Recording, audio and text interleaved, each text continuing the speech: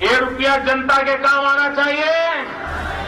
अरे एक बार ये जो चोर लुटेरों के पैसे विदेशी बैंकों में जमा है ना, उतने भी हम रुपये ले आए ना, तो भी हिंदुस्तान के एक एक गरीब आदमी को मुफ्त में 15-20 लाख रुपए यूं ही मिल जाएगा।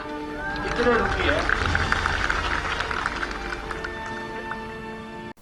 आज से 500 साल पहले एक गांव में गणपत राय नाम का ग्वाला रहता था। वो अपने एक गाय के दूध से अपना और अपने परिवार का पालन पोषण करता था। लेकिन उसे यह रियलाइज़ हुआ कि मैं केवल अपने एक गाय के दूध से अपना और अपने परिवार का पालन पोषण नहीं कर सकता। मुझे खाने के चाहिए दाल, रोटी और सब्ज़ी।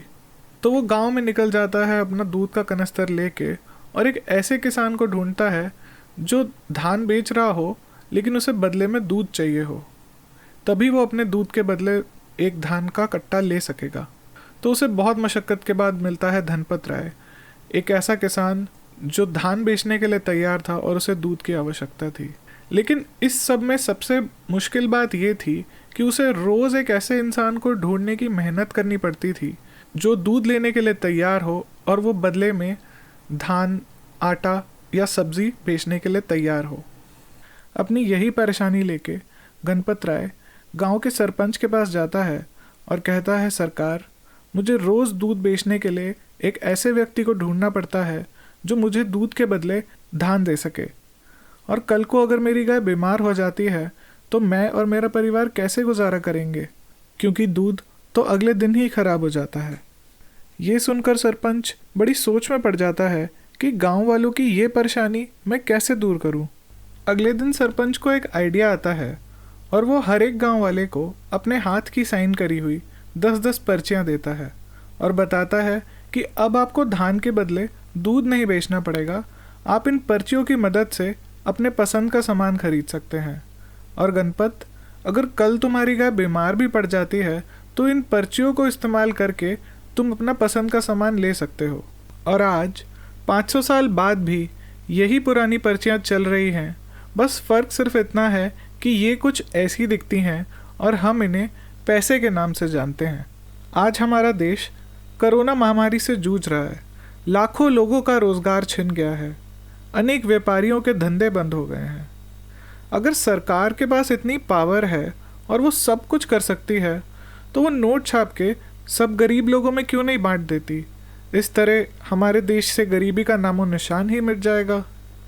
हमारे देश के प्रधान सेवक जो इलेक्शन से पहले बड़ी बड़ी बातें कर रहे थे, हम सबके अकाउंट में 15-15 लाख रुपए क्यों नहीं डाल देते। इस सवाल का एक ही जवाब है, महंगाई। अगर आज से 30 साल पहले आप 100 रुपये लेके मार्केट में निकलें तो लोग आपको देख के बोलेंगे, अरे वाह, क्या अमीर आदमी जा रहा है, और आप उन 100 रुपये से अपने घर का 2 हफ्ते का राशन ले सकते थे।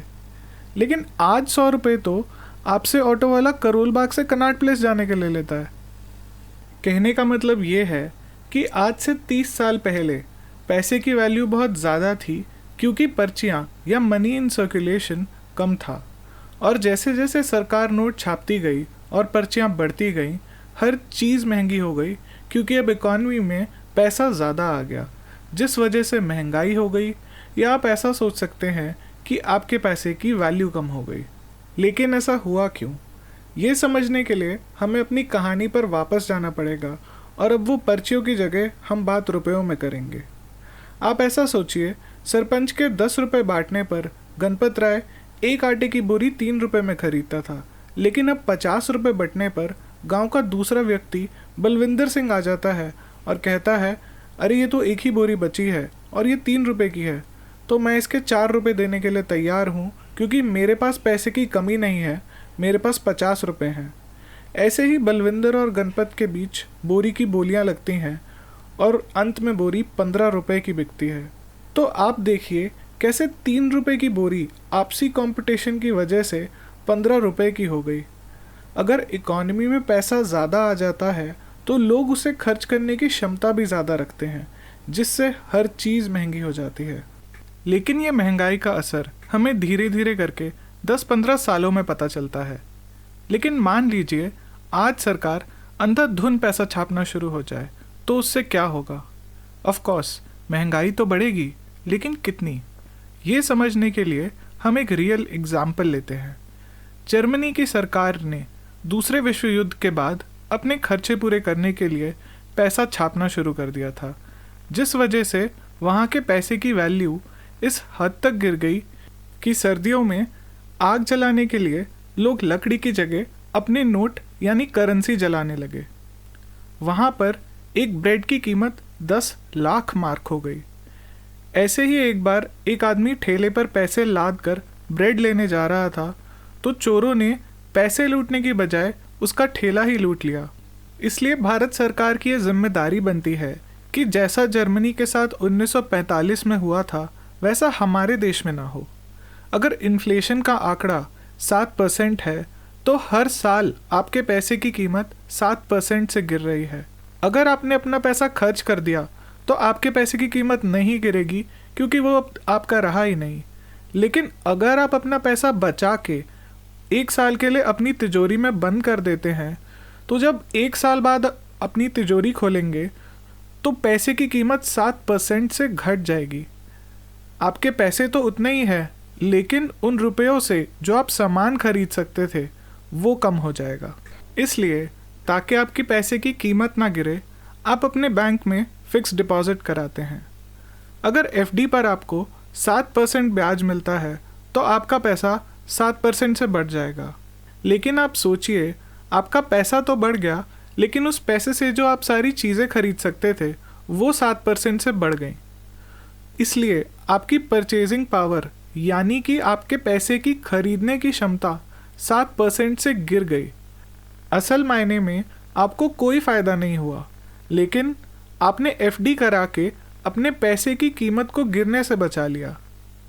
ये वीडियो देखने के बाद आपको पता तो लग गया होगा कि मोदी जी आपके अकाउंट में 15 लाख तो नहीं डालने वाले। आप ये ज़रूर सीख सकते हैं, आप अपनी बचत का पैसा ऐसी जगह निवेश करें जहां आपको कम से कम जितनी महंगाई है उतना ब्याज मिल जाए, ताकि महंगाई होने के बावजूद भी आप महंगाई को हरा पाएं और अपने पैसे की कीमत को बरकरार रख पाएं। अगर आपको मेरा ये वीडियो अच्छा लगा तो आप लाइक कर सकते हैं, नहीं अच्छा लगा तो डिसलाइक भी कर सकते हैं। मैं आगे भी ऐसे ही फाइनेंस या पैसे से जुड़ी वीडियोस लाता रहूँगा। धन्यवाद।